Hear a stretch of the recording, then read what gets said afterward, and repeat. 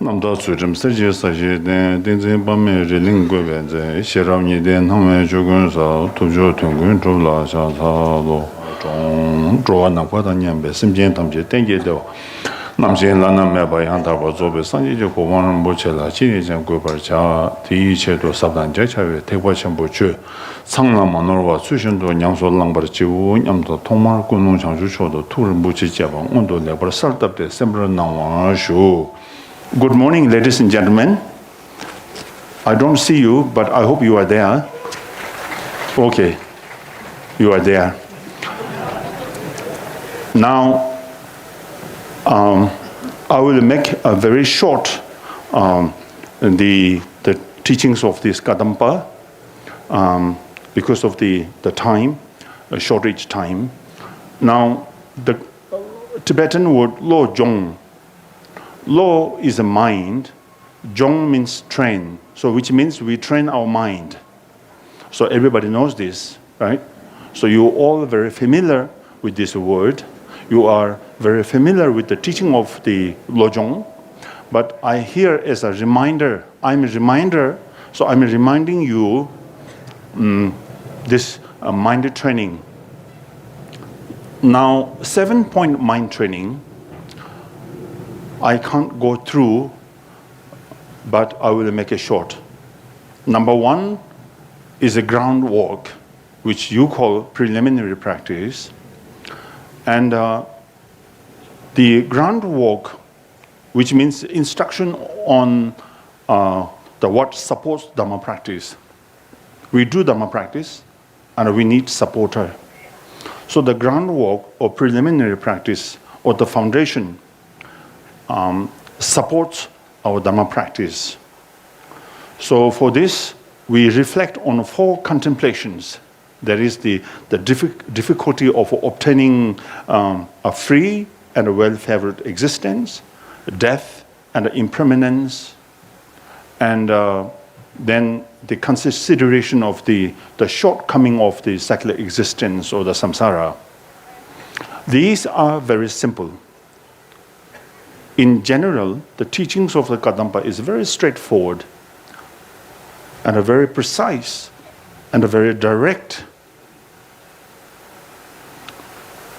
Although you feel or although you know the teachings of the Kadampa is very simple, but the problem is that nobody practices, almost nobody.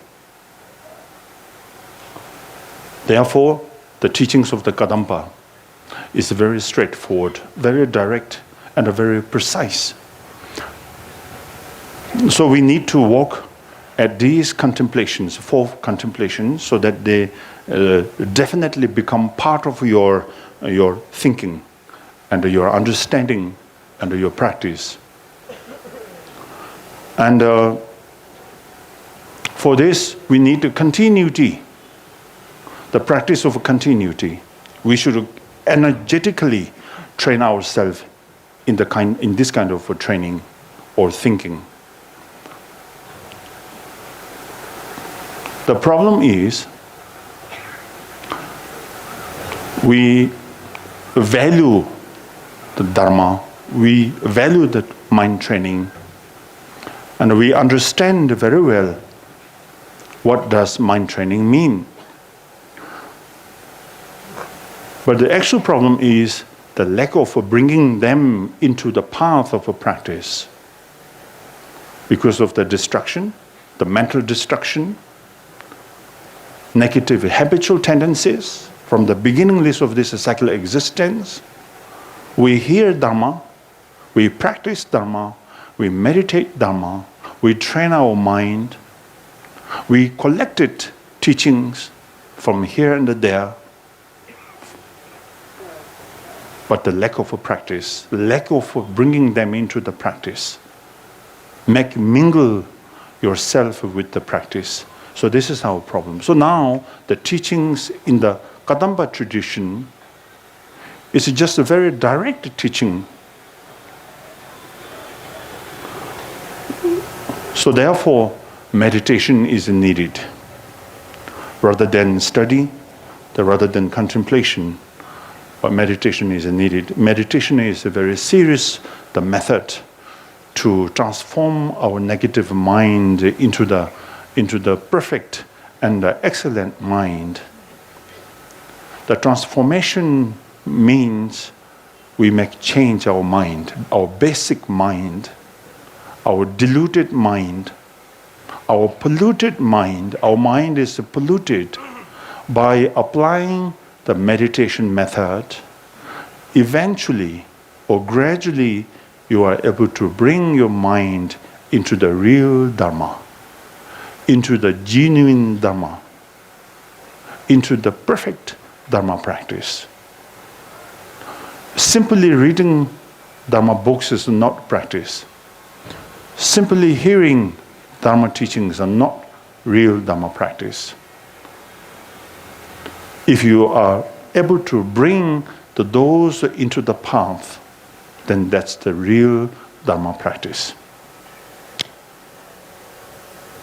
So therefore, the actual practice is a training bodhicitta. Because you know the preliminary practices anyway, so some of you are still practicing and you have received the teachings on it and precisely, and therefore I don't need to repeat it again and again. So therefore I go into the actual practice directly. So what does actual practice mean here in the Kadamba is a training in the bodhicitta. So we have to train in bodhicitta. There are two sections in the actual practice, which is the training in the bodhicitta. The associated meditation on ultimate bodhicitta or absolute bodhicitta, and the principal meditation on relative bodhicitta. So there are two, ultimate bodhicitta and the relative bodhicitta. And I have been spoken earlier in Tibetan more about the ultimate bodhicitta. So ultimate bodhicitta, the first section is again divided into two topics, I think. The instruction for a period of meditation and instruction for our daily life, or let's say the daily life of practice or the posture meditation. Now, instruction for a period of meditation is to regard all phenomena as a dream. As a dream, which means not really solidly or inherently existed. All are just appearance. It's just appearance, which means lack of a solid, lack of inherent existence. We know, if you study philosophy, especially the Madhyamika philosophy, they explain in detail about the shunyata, about the emptiness. And theoretically we understood, and spiritually we understood, and literally we understood. But the problem is still the lack of experience of the emptiness, experience of the ultimate bodhicitta, and the experience of the ultimate meditation of bodhicitta. So therefore, for the time being, as an ordinary person, yet you regard yourself as a Dhamma practitioner, especially the follower of Kadamba tradition, then we must regard or understand the all phenomena as a dream. Because we all know dream is not real. The dream is just a dream. We see, we feel, we experience, and we perceive everything in the dream, yet lack of reality. Because after you awakening, then all dreams are gone. You enjoy within the dream. You have all kinds of a feeling and emotion within the dream. But once you awake from the sleep or dream, then all bad and the good dreams are gone, no longer exist there. Similar to the case, our daily life, we see all kinds of things externally, phenomena, and internally there are all kinds of phenomena. We have a fear with these, and we have a joy with the circumstances. We have a feeling of a fear of losing the circumstances, and all kinds of emotions and feelings existed. But once you awaken your mind from the ignorance or dualistic mental attitude, then they're all gone simultaneously. No longer existed. So only problem is because of you are hold on to, grasp and hold on to as a solid, then we get trouble. So in order to get rid of the needless pain, suffering, miseries, then one should awake your mind from the ignorance, the stupid ignorance. From the beginningless of the time till today, we have met up great masters, and we have received great teachings, profound teachings. You have attended the great ceremonies and the Madhyamika campaign, Mahamudra campaign, Mahāti campaign. There are so many campaigns around. You attend, you enjoy, but after the campaign, everybody is gone. Your ego is increased. You never walk with your ego. You never walk with your mental attitude. You never walk with your habitual tendencies. You are still the same person as 2 years back, 3 years back. Your negative emotion is still there. Your anger is there. Your jealousy is there. The destructive mind is still there. So therefore, Kadam's teaching here, actually training here, is giving us how to handle the situation and the circumstances. So that for that reason, one should develop or cultivate understanding of the regard all phenomena as dreams. So we repeatedly think over. We repeatedly need to be cultivated in any situation, whether you are in the state of happiness, whether you are in the state of unhappiness. So any state you are in, application is need to be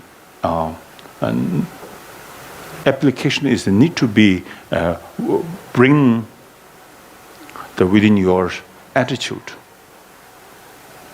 Must not forget the application. Simply understanding will not help you to get rid of these powerful underlying negativities and ignorance, destructive thoughts. So application. Bring yourself into the practice. Apply antidotes. Apply mindfulness. Apply remedy. Make yourself mindful. Don't make yourself stupid, more stupid. So this is how we try to develop or open our mind, able to perceive teachings, and then to bring teachings into the path, into the reality. Make sure that you are not separate from the teaching. Make sure yourself never separate from the practice. Make sure yourself never separate from your realization or actual understanding. So therefore, regard all phenomena as the dreams. This means that whatever we experience in our lives is solely or purely memory. Just memory. So all those, the perceptions are none other than our own mental creation. Good, bad, hope and lose, fear, all kinds of emotion and feelings. It's just all mental creation. Because of this mental creation causes the needless suffering, the pain and the samsara. We all wish to be free from these unnecessary pain and the suffering from the samsara, yet we don't know how to. Lacking the idea, lacking the wisdom,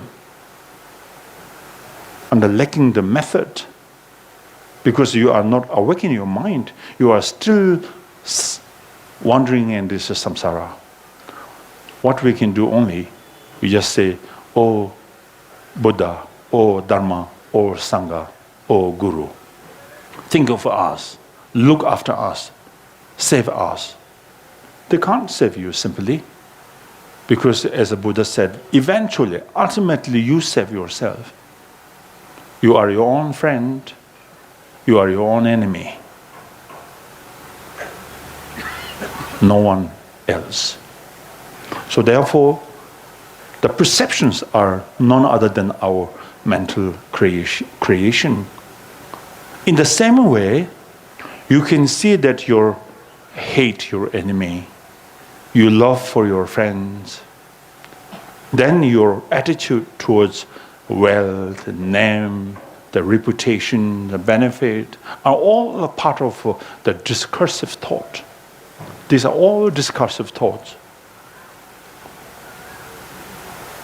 So when you hear phenomena as a dreams, what you understand or what you understood when you hear this phenomena as a dream, all dharmas are as a dream, whatever you hear. So what you understood from this point, you understand or you understood that although you might think that things are very inherent, the way we perceive them is the dreamlike.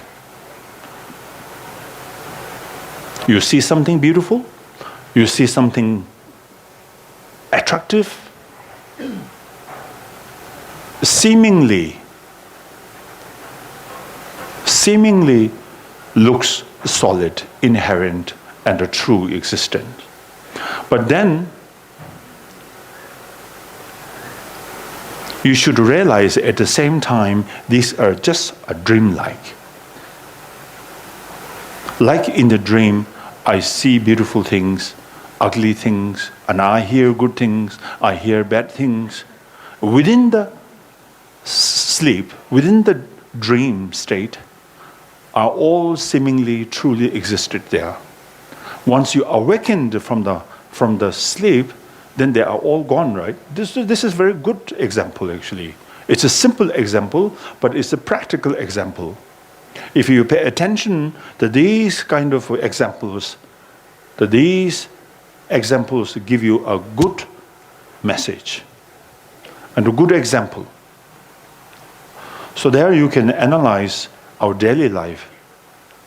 We handle all circumstances and situations, but none of them really benefit us as a Dharma practitioner.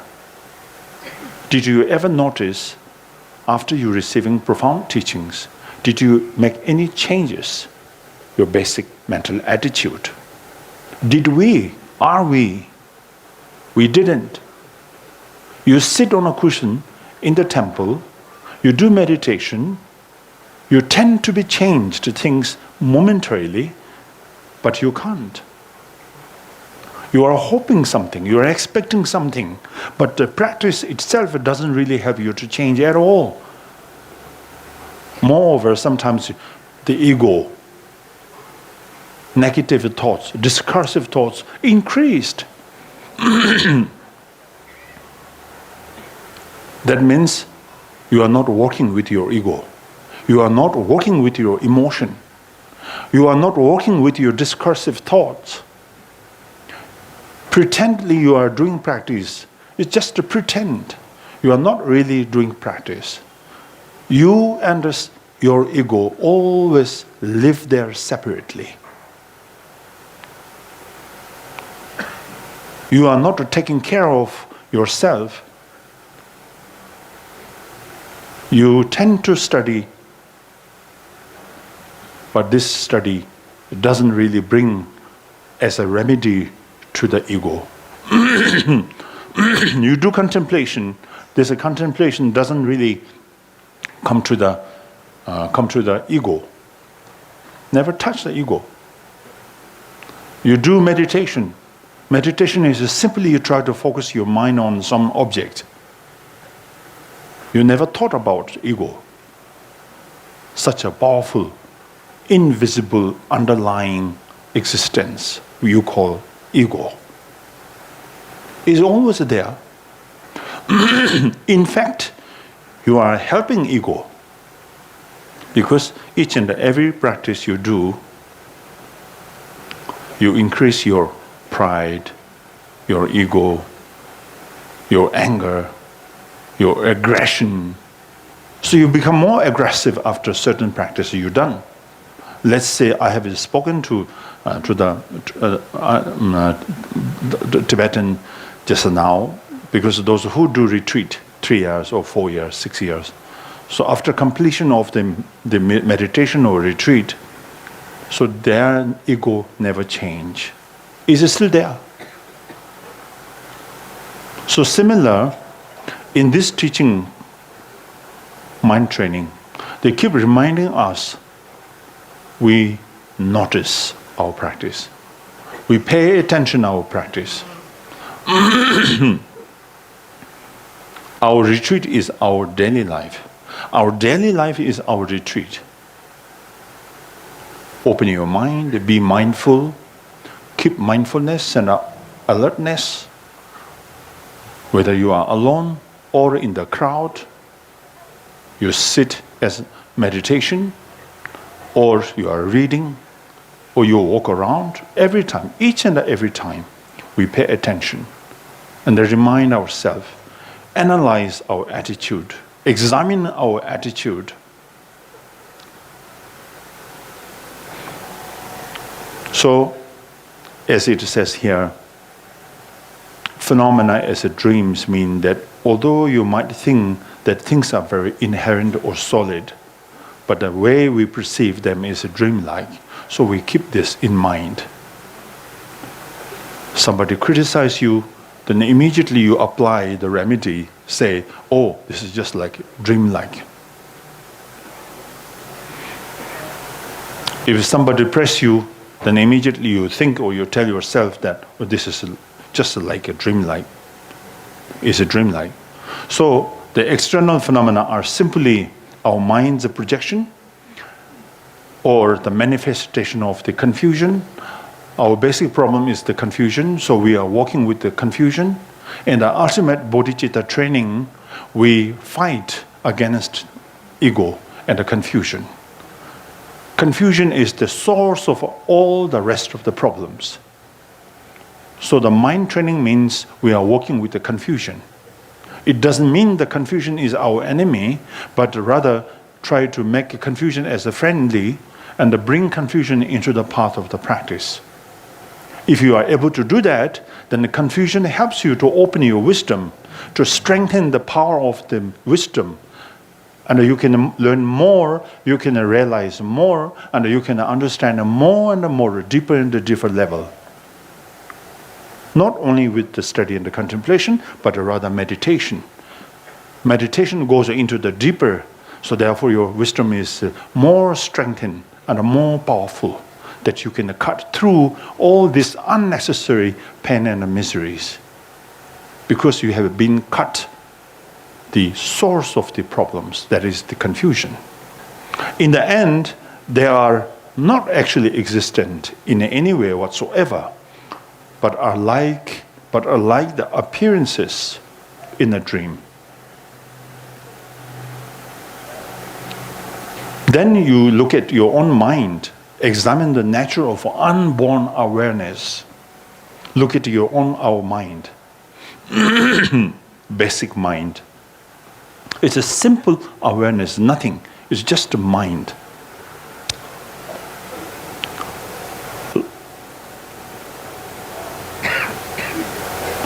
That mind never divided into any sections. Thoughts arise and look at your mind. Anger arise, look at your mind. Any thoughts arise, just directly look at your mind. There you will see the reality of the mind, which is free from all these discursive thoughts. Discursive thoughts is just a manifestation of the confusion. When you are unable to see the reality of the confusion, if you are able to catch the point, which is the reality of the confusion, it's nothing else than the wisdom itself. Confusion itself is the part of wisdom. But the problem is you make separate confusion and the wisdom. Confusion arises from the wisdom because of you are lacking the wisdom, so the confusion disturbs you. You haven't found the wisdom as yet. So if you are able to cut through the confusion, then the wisdom arises from the confusion. Because confusion is nothing else than the wisdom itself.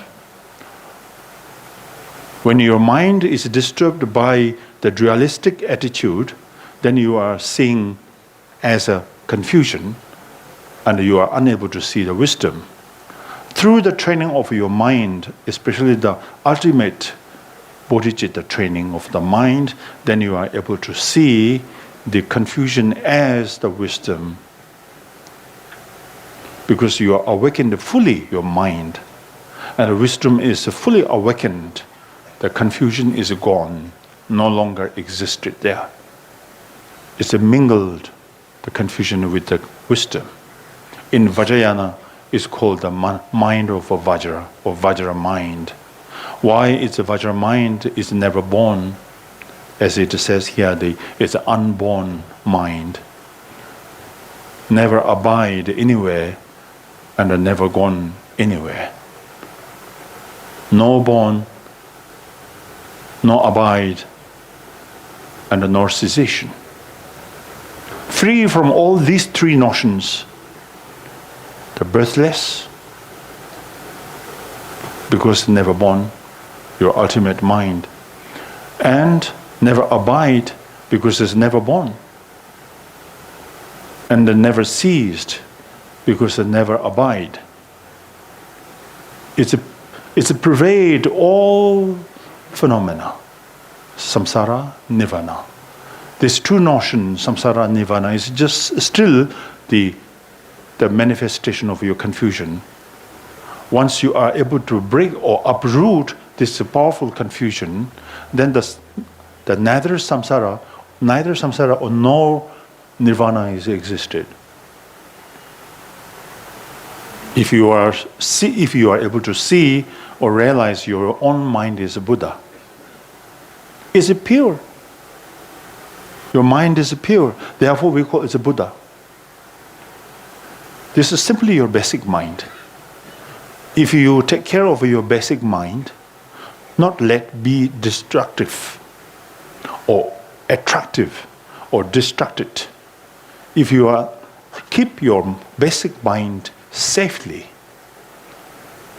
not letting distracted, then your mind is pure, is a Buddha, mind of a Buddha. Any thoughts arise from this is just a display, it's a manifestation. It will never disturb you if you are able to catch yourself, if you are able to catch your basic mind. Regardless you do meditation, or your mind is being distracted or disturbed by any circumstances, if you are still be able to hold your basic mind, so those manifestations, thoughts, negative, positive, whatever thoughts arise, are all just a manifestation. And they will help you to increase your meditation, the power of a meditation. Each and every one of these thoughts are helpful for your meditation. A supporter your meditation. We need these thoughts. But in order to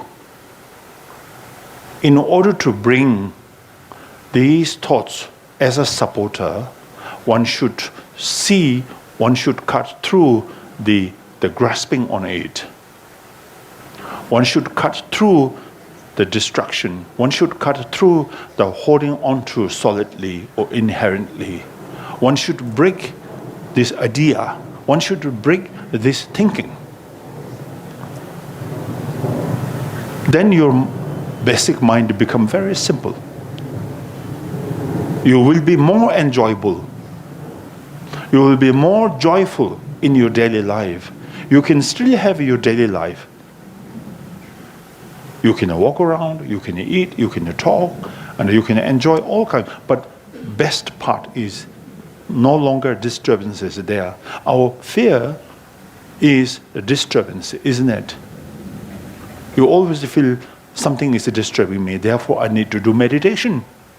External factors are disturbing me, therefore I need your meditation instruction. You are seeking advice, you are seeking the teachings, because you have a fear of losing your basic mind. You have a fear that external factors are disturbing you. You are no longer in the state of peace and steady. Therefore you are looking for spiritual guideline. Therefore you are looking for spiritual teaching. But then, as the time passes, when you do meditation, when you do contemplation, when you do your chant, morning prayers, but you never consider about your ego and the distractions. So therefore, as a meditator, you should always be mindful and be cautious with each and every single your attitude, mental attitude, verbal attitude, physical attitude. Very important. Don't separate yourself with the practice.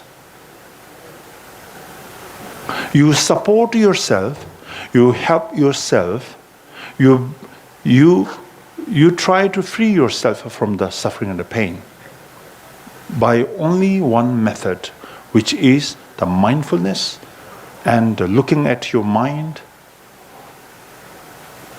and be mindful, be wise, never distracted your mind. Distraction is still there, but you should value the distraction by knowing or realizing its nature. If you are realized, or if you realize the distractions or distracted mind arise from your basic mind, it just comes, it goes back. Just like a wave in the ocean. Then the no longer disturbance is there. If you are holding on to it, the distraction, the thoughts, then the disturbance is always there. Continuously, ceaselessly, they will disturb you. You are still lacking the method and the good idea how to get rid of these. So therefore, principal teaching in the Kadamba tradition is accept things as it is. External factors come to you, and you should accept joyfully, but with the help of wisdom. And any thoughts or discursive thoughts or good thoughts arise, then you should accept them as it is. Because they are just a simply manifestation of your basic mind. So all kinds of manifestation, whether you call this as wisdom or confusion, all are same in principally. So that is your own mind. So this is called ultimate bodhicitta. And then relatively, the bodhicitta, you develop the bodhicitta of the aspiration and bodhicitta of application. So these two are simple. Everybody knows bodhicitta, compassion, loving kindness. But in order to develop this relative bodhicitta, one should understand ahead what is the ultimate bodhicitta. Ultimate bodhicitta pervades all sentient beings. All sentient beings, a mind principally pure, never touched by any negativities. Basic mind is pure as a Buddha's mind. But just being distracted, so it became sentient beings. And the one able to get rid of is called the Buddha. That's it. So basic mind or pure mind is the pervade all sentient beings' mind. So from this perspective, what you have found is, oh, my mind is pure. My thoughts is just a manifestation. So you enjoy, you are happy, because you think this is not my nature. This is not my mind's nature. The thoughts are just a come and a go. Basically, it's the same. The more thoughts, whether it's good thoughts or bad thoughts, doesn't really matter. Thoughts are just a manifestation, or it's just a display of my basic mind. So you are not holding on to, right? You just enjoy with it. You are just simply accept it. You just simply enjoy with it, but nothing particular. Just to let go and come. Just to let it be, let it go, let it come. If you don't follow after this, you have no problem at all. Your life will be happy, your life will be joyful, and your practice will go smoothly without disturbance. So after all, the concise here again, the mind training. Two aspects, one ultimate, one relative. Among these two, I here suggest to you the ultimate bodhicitta is important. Why? If you are realized, or if you are able to catch the point of ultimate bodhicitta, then the relative bodhicitta will arise simultaneously. Because your wisdom, you have seen all sentient beings, initially they are all Buddha. They are pure. But just because of the temporarily, they are distracted mind that disturbs. So therefore they are still wandering this samsara. If you are able to cut or get rid of this, the distraction, then your mind is simultaneously enlightened. Your mind is basically, initially is already enlightened, because never touch with any the diluted substances. So your mind is as pure as a Buddha's mind, but then we work with the manifestations, the external factors, the internal factors, the thoughts arise, you complain, there are so many thoughts one after another, so they leave me behind, too busy, restless. My practice doesn't go smooth because of the disturbing emotion, disturbing mind. You keep complaining. So instead of a complaint, if you are able to catch these thoughts, these emotion as your basic mind, it's just a come and a go, like a cloud in the space, come and a go. They never stay there. If you don't hold on, grasp on, then it comes and it goes. The best part you enjoy is no disturbance. The disturbance comes from within, not from outside. The within in the sense because you grasp on it. You believe it solidly existed. So that's a problem. If you take it as a part of your basic mind, come and go, like a cloud, like a wave in the ocean, then there's no disturbance. So this practice is very essential and very beneficial as a Kadamba, because the 7-point mind training is simple. You all get this instruction, and I'm sure you know all, but the problem is the application. So here I'm precisely emphasize the meditation, application bringing them into your practice, make sure that you experience of the benefit each and every time you do meditation. This is very important. You don't need teacher. You are your own teacher. Every factor is your teacher. Every thought, your teacher. You don't need a human teacher. Every phenomena, every circumstances is your teacher. If you pay attention, if you take them wisely, if you practice them wisely, if you handle the situation wisely, so every factor, every circumstances is your best teacher. They can teach you, they can give you a good lesson, much more than the human teacher. Human teacher got a very limited wisdom.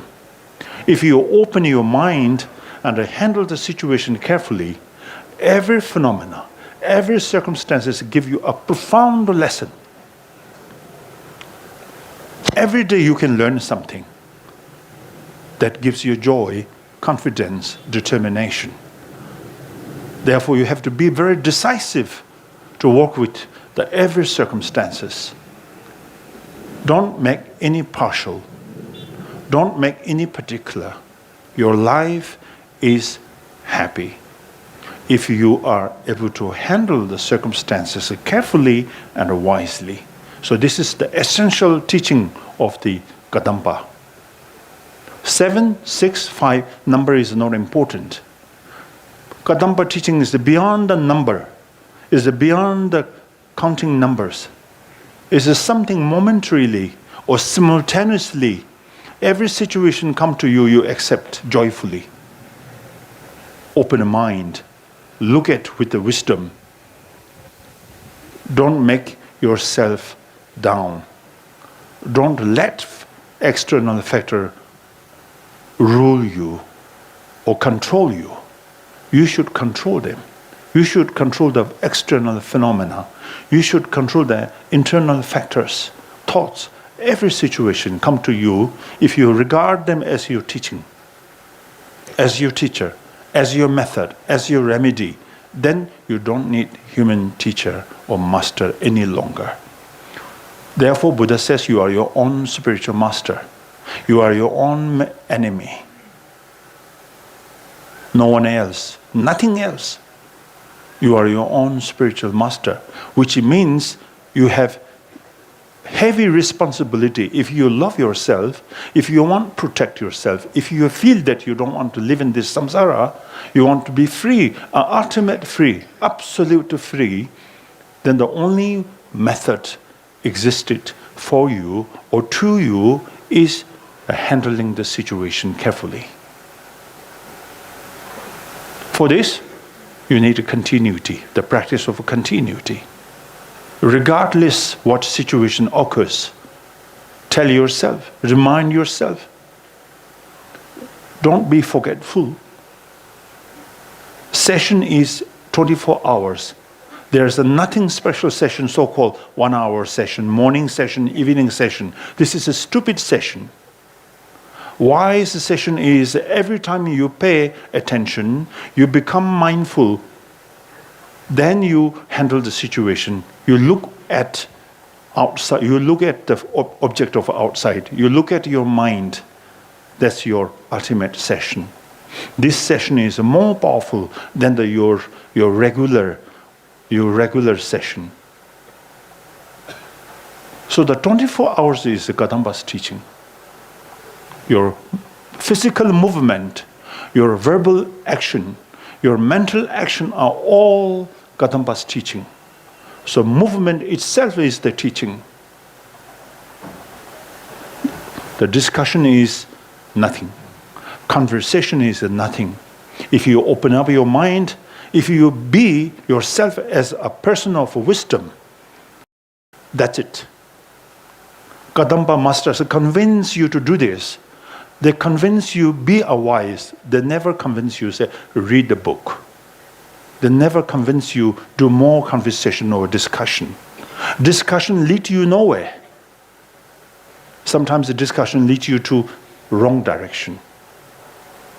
Books tell you limited information, and some information is not accurate. So the best accurate instruction is your own judgment. Therefore, don't just open your eye, open your mind. Open your eye, you see all kinds of things, but they disturb you. If you open your mind, then nothing is going to be disturbed you. So choice is yours. When you walk outside, you see all kinds of things, but don't take them as a fun. Take them as a serious lesson for you.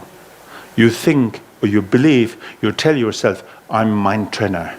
So I have to train my mind with all circumstances that I can see, I can hear, I can smell, I can touch, I can talk.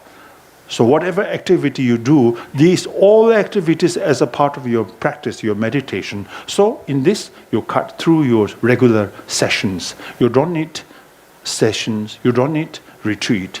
Everyday life is a retreat. Everyday life is a session. Everyday life is your practice. So be wise. Open your mind. Be a person of wisdom. So this is the essential, concise, and the profound words of Gatampa. That's all. Thank you so much.